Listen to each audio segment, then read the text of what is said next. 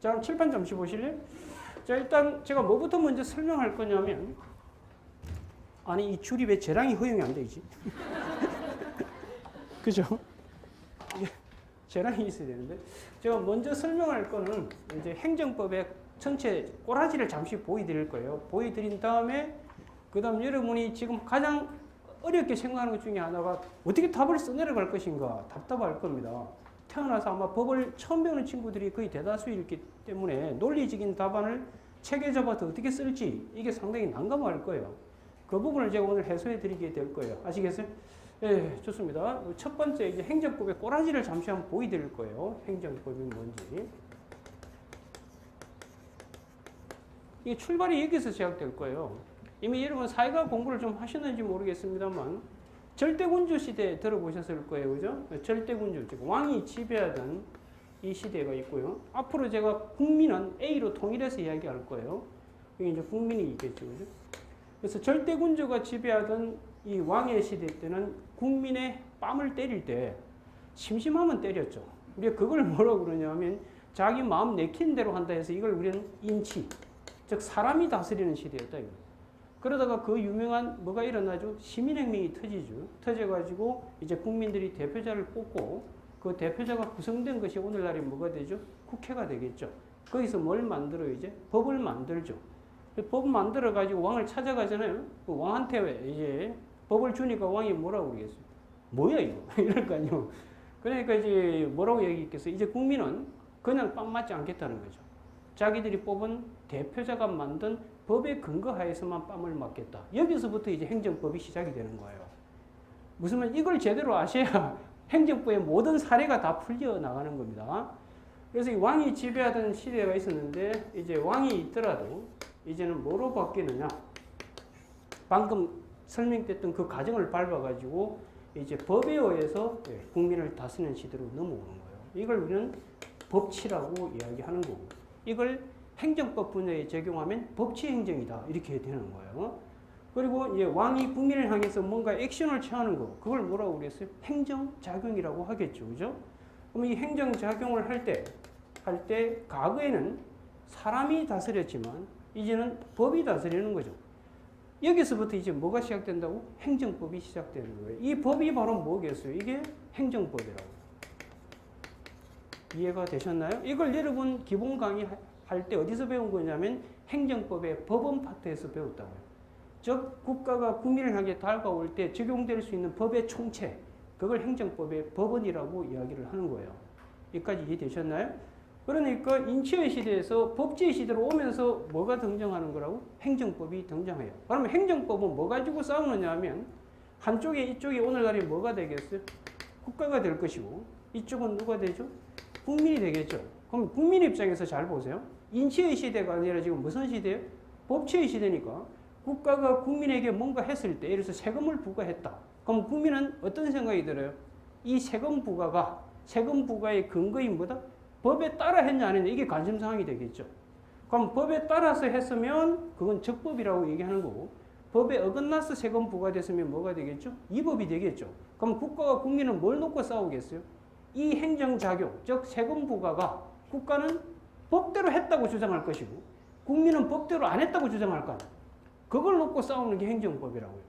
그래서 행정법 사례 푸는 건요. 좀 이따 설명을 하겠습니다만 결국은 여러분 사례 문제에는 반드시 사건이 나와요. 그게 이제 설문이 주어진다고요. 그 설문 안에 보면 반드시 뭐가 들어있다고요? 행정작용이 들어있다고요. 그럼 이 행정작용에 대해서 국민은 어떤 불만을 갖게 되겠어요? 법치에 어긋났다는 불만을 표할 거라고요. 그럼 국가는 법대로 했는데 왜 말이 많냐고. 그래 한번 싸워보자. 그래가지고 A는 국민은 뭘 하겠어요? 소송을 제기하고 소송에 들어가서 네가 잘했니 내가 잘했니 결론은 법대로 했냐 안 했냐 이걸 이제 심판하게 될 것이라고요. 제가 하는 말 이해가 되셨나요? 이게 행정법인데 그럼 이걸 그림을 잠시 그려보면 이렇게 돼요. 구체화 들어가면 이제 왕은 뭘로 대체하면 되죠? 국가로 대체하면 되는 거예요. 그럼 국가가 있고요. 혹시가 아니지 이미 기본 강의는 들으셨을 테니까 이 국가는 행정법에서 행정주체라고 부른다고. 행정주체라고 부르는 거고 그 다음 아시다시피 여러분 법학에서 법이라는 게 이 기본概제가 다시 설명하겠습니다만 법이라고 하는 것은 하나의 규범이잖아요. 공동체에서 최소한 지켜야 될 규범을 국가의 공권력에서 강제를 부여해 둔 것이 법이에요. 그래서 법은 핵심이 뭐냐면 이런 일이 벌어지면 한 놈한테는 권리를 주자. 이런 일이 벌어지면 한 놈한테 의무를 주자라고 이렇게 약속을 하는 거예요. 무슨 대표 예를 들어 볼게요. 지금 우리가 공동체가 있는데 제가 이 친구한테 돈 1억을 빌려줬어요. 근데 이 친구가 돈을 안 갚아. 그럼 원시 공동체 사이는 어떻게 했겠어요? 제가 칼을 들고 가겠죠. 돈 낼래, 목숨 낼래.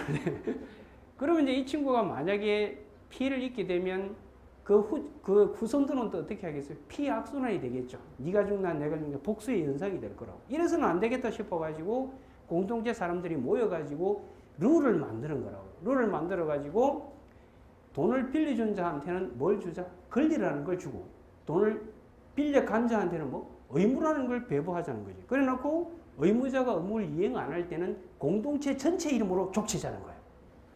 그게 오늘날이 뭐예요? 국가죠. 그러면 이제 복수, 피해 악순환이 되지 않을 것이라는 거죠. 이해가 돼요? 그래서 법이라고 하는 것은 한 사람한테 권리, 이게 법이 부여하는 힘이다. 배우셨을 거예요. 아마 여러분 개인적 공권에서 배우셨잖아요. 그 다음 법이 부여하는 부담, 이걸 우리는 뭐라 한다고? 의무라고 그러는 거예요. 그럼 이 의무를 저버리는 것은 법에 저버리는 거잖아요. 그래서 법학에서 의무를 저버리는 걸 위법이라고 이야기하는 거예요. 예를 들어서 세무서장이 세법에 어긋나서 세금 1억을 원래 세법에는 5천만 부과하라고 되어 있는데 만약에 1억을 부과하게 되면 원래 이런 요건이 충족될 때는 세금 1억만 부과해야 될 의무가 있는 거라고요. 그걸 벗어나면 안 돼. 그런데 그걸 벗어났다는 건 법을 어긴 것이고 위법이 되고, 그럼 위법이 됐을 땐 상대방은 법을 통해서 자기 권익을 부재받을 수 있도록 되어 있다고요. 그래서 법학이라는 건 어쨌든 이렇게 되어 있는데 기본적으로 이 권리와 의무라는 걸 가질 수 있으려면 법학에서 사람이어야 돼요. 반드시 뭐 해야 된다고? 사람만이 권리와 의무를 가질 수 있습니다. 그럼 사람은 아시다시피 법학에서는 자연인하고 뭐가 있던가요? 법인이 있거든요. 여러분들은 뭐죠? 그래. 옛날에 그런 선전이 있었잖아요. 나는 자연인이다 이런 선전이 있었거든요. 미친놈이 맞아요. 원래 그냥 자연인이에요. 그렇죠? 원래 인간이라는 거고 법인이라는 거 원래 인간이 아닌데 법적으로 가공된 인간이라는 뜻이에요. 그 대표적인 법인이 행정법에서는 국가하고 지자체라고. 국가가 눈에 보이는 친구 있어요 혹시? 그 보인다는 거 헛것이 보이는 거예요. 내일 아침 일찍 병원에 가봐야 되는 거예요. 그 상상의 산물인 거라고요. 그렇기 때문에 법인은 스스로 못 움직여요. 여러분은 스스로 움직이잖아요. 이건 스스로 못 움직이니까 법인을 위해 대신 움직여줄 팔, 다리가 필요하다고요. 그걸 법학에서 기관이라고 한다고. 그래서 행정법에서는 그걸 행정기관이다 이렇게 부르는 거예요. 무슨 말인지 이해되셨어요? 그 행정기관 중에서 가장 똘똘한 행정기관을 아마 혹시 배우셨을 거예요. 행정청이라고 그런다고. 그럼 여기서 제가 무슨 그림을 그리려고 하냐면 국가는 행정주체로서 사람이라고. 법인은 사람이잖아요. 그런데 국가는 스스로 못 움직이니까 대신 움직일 팔, 다리가 필요한데 그걸 뭐라 한다고? 행정기관이라고 그런다고. 그럼 국가 안에는 숱한 행정기관이 존재하죠. 대통령, 각부 장관, 세무서장, 경찰서장. 그 다음 여러분이 들어가면 이제 여러분이 가장도 되고 국장도 될 거 아니야? 안 될 거예요? 여러분들 다 행정기관이 되는 거예요. 그리고 행정기관 안에 여러분 자체를 뭐라고 부르냐면 공무원이라고 부르는 거예요. 그래서 이걸 법학적으로 이해를 하셔야 돼요. 국가가 있고 여러분들 대통령이 있고 그 다음 우리 지금 대통령이 누구죠? 서창교는 아닐 테고 지금 문재인 대통령이 있잖아요. 그죠? 이 관계를 잘 이해하셔야 됩니다. 이 국가는 행정주체로서 법인으로서 사람이기 때문에 권리와 뭘 가질 수 있다? 의무를 가질 수 있지만 이 대통령은 행정기관이에요. 행정기관은 사람이 아니기 때문에 권리 의무는 절대 가질 수 없습니다. 단 국가라는 이 행정주체를 위해서 내가 뭘 부여받았는가만 할 수 있어요. 그 부여받은 범위를 행정법에서 권한이라고 부른다고요. 알겠죠? 그래서 이 친구는 뭐만 갖는다고? 권한만 갖고 있는 거예요. 그 다음 요 문재인이라는 사람은 뭐냐면 이 친구가 이제 공무원이라고. 공무원. 그럼 공무원도 원래 사람 취급 안 받았어요. 혹시 기본 강의 시간 때 특별권력관계 배우셨나요? 배웠다 치고.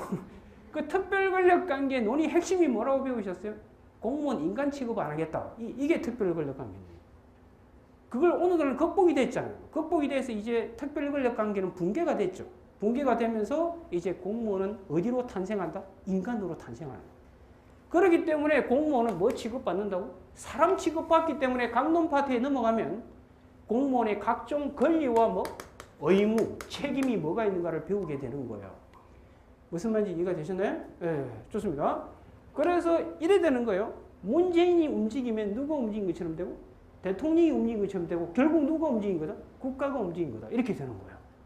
이게 사람으로 비유하면 서창교가 뭐죠? 국가고. 이 주목이 뭐예요? 행정기관. 그죠? 제가 밥을 먹으면 에너지가 생기죠. 그 에너지가 뭐예요? 이게 공무원이라고. 그럼 제가 이 친구한테 딱 때리고 옥수수 30개를 날렸어요. 그럼 이제 민법 750조에 의한 이제 손해배상 의무가 유발되거든요. 저한테. 이 친구는 손해배상 청구할 수 있는 권리가 생기는데. 그럼 이때 이 친구는 누구에게 손해배상 청구 소송을 제기해야 될까요? 주목일까요? 아니면 서창교일까요? 서창교한테. 주목은 권리 의무를 가질 수가 없다고. 서창교 자체가 가지게 됩니다. 이 기본 베이스를 알고 있으셔야 돼요. 오케이? 그래야 이 그림이 이해가 될 거라고요. 그럼 이 국가 안에 지금 누가 있냐면 세무서장. 그럼 세무서장도 어디에 해당한다? 행정기관이죠. 행정기관. 그럼 세무서장 갑이 있으면 이 갑은 뭐예요? 공무원이 되는 거라고. 이해가 되죠? 그래서 행정법에서는 이 갑에 대해서는 지금 신경 쓸 필요 없고 행정기관의 세무서장이 국민 A를 향해서 세금을 부과한다고. 이게 여기서부터 출발하는 거예요. 그럼 이 세금 부과는 뭐가 되는 거죠? 이게 행정작용이라고. 이해가 되셨나요? 그러면 이 세금 부과할 때 그냥 해요. 아까 뭐라고 그래서 인치의 시대에서 무슨 시대로 넘어갔어요? 법치의 시대로 넘어갔잖아요. 그렇기 때문에 이 세금 부과에 뭐에 따라서 세금 부과를 해야 된다? 법에 따라서 해야 되는 거예요. 여기까지 이해되셨죠? 근데 이 세금 부과를 법대로 하면 우리는 이걸 적법이라고 그러는 거고 법대로 안 하면 뭐라고 그런다고? 이 법이다. 이렇게 되는 거예요. 그럼 적법이 되면 기본적으로 국민 A는 세금 내야 될 뭐가 생기겠어요, 여러분? 의무가 생기겠죠. 그런데 이 친구가 의무를 이행 안 하면 이행된 상태로 만들어야 되겠죠. 국가는요, 이건 공익을 대변하거든요. 국민은 사익을 대변한다고. 그러면 세금 안 내면 공익에 슬퍼지니까 이 친구를 족치해야 돼 말아야 돼? 족치는 거죠. 이게 여러분 기본 시간에 배웠던 행정의 실효성 확보 수단이 되는 거예요. 여기까지 이해되셨나요? 반면에 이 법이다. 그러면 국민 A에게는 의무가 안 생긴다고요. 세금 낼 필요가 없는 거예요. 법치에 어긋났기 때문에. 그런데도 불구하고 국가가 힘이 세죠. 그래서 A의 뭐다? 권익을 침해하는 거죠. 침해하면 이 침해된 것을 해소시켜야 될 거 아닌가요? 그래야 법대로 다시 돌아올 테니까. 그래서 이게 작동하는 게 뭐지? 이게 행정구제라고. 여러분 기본서 쭉 펴보면 행정법 구성이 이렇게 돼 있잖아요. 행정법은 행정의 조직, 작용, 구제에 관한 국내 공법이다. 이렇게 개념 정의가 되어 있잖아요. 그죠? 이 중에 이 작용이라는 게 바로 이 부분이라고요. 이걸 비우래. 이 작용은 한두 개가 있는 게 아니라 이건 배우겠지만 행정 입법부터 행정 행위부터 해서 기타가 쭉 들어가 있잖아요. 이걸 여기서 이제 배우는 것이고 그걸 이제 개별 특수 행정 작용이 있거든요. 무슨 경찰, 그다음 여러분들 뭐 공물부터 해서 쭉 있는데 그건 특수한 것들은 강론 파트에서 배우게 된다고. 그다음에 이제 구제. 이 구제가 여기 있잖아요. 구제. 그리고 행정의 실효성 확보 수단도 이것도 행정 작용입니다. 이해가 돼요. 그래서 결국은 행정법은 이 조직은 이거라고요. 이 부분. 이 국가는 법인이기 때문에 이걸 제대로 효율적으로 움직이게 하기 위해서 안에 그림을 구성하는 거. 그걸 뭐라고? 조직법이라고 그러는 거예요. 이 조직법의 핵심은 이 각 행정기관한테 권한을 어떻게 배분하는가. 이게 핵심이라고. 이건 강론 파트, 조직법 파트에서 여러분이 배우게 되는 거예요. 이해가 되셨어요? 그래서 결론 정리하면 이겁니다. 행정법은 국가하고 국민이 행정작용을 놓고 법치에 반했냐 안 했냐를 놓고 싸우는 게 행정법이라고요. 그래서 법대로 했으면 적법, 그럼 국민은 따라야 돼요. 공익을 위해서. 안 따르면 족치고. 근데 법에 어긋나서 하면 국민은 따를 필요가 없는데 국가가 이러면 돈을 뺏어간다. 그럼 재산권이 침해당하는 거잖아요. 그럼 그럴 때는 돌려받아야 돼 말아야 돼. 돌려받기 위해서 어떻게 할 것인가. 이게 행정구제가 되는 거예요. 그럼 이거는 결국은 이건 사익을 위한 거라면 이거는 뭐를 위해서 하는 거다? 공익을 위해서 이렇게 하는 거예요. 그래서 행정법은 이 두 개의 균형을 맞추는 게 목적이라고요. 그래서 행정법은 혹시 비교 행정의 법학이란 말 들어보시는지 모르겠는데 이 행정법은 결국은 공익과 사익을 상황에 따라서 어떻게 적절히 조절해 갈 것인가가 핵심 포인트가 되는 거예요. 그래서 행정법에서 시험 치면서 공익과 사익을 한 번도 비교 형량 안 하고 답안을 마무리 지었다. 이건 좀 뭐 문제가 있는 거예요. 그 비교 형량을 가장 잘 보여주는 행정법의 일반 원칙이 바로 비례 원칙이잖아요. 무슨 말인지 이해가 되셨어요? 이게 이제 행정법의 기본 포맷이에요.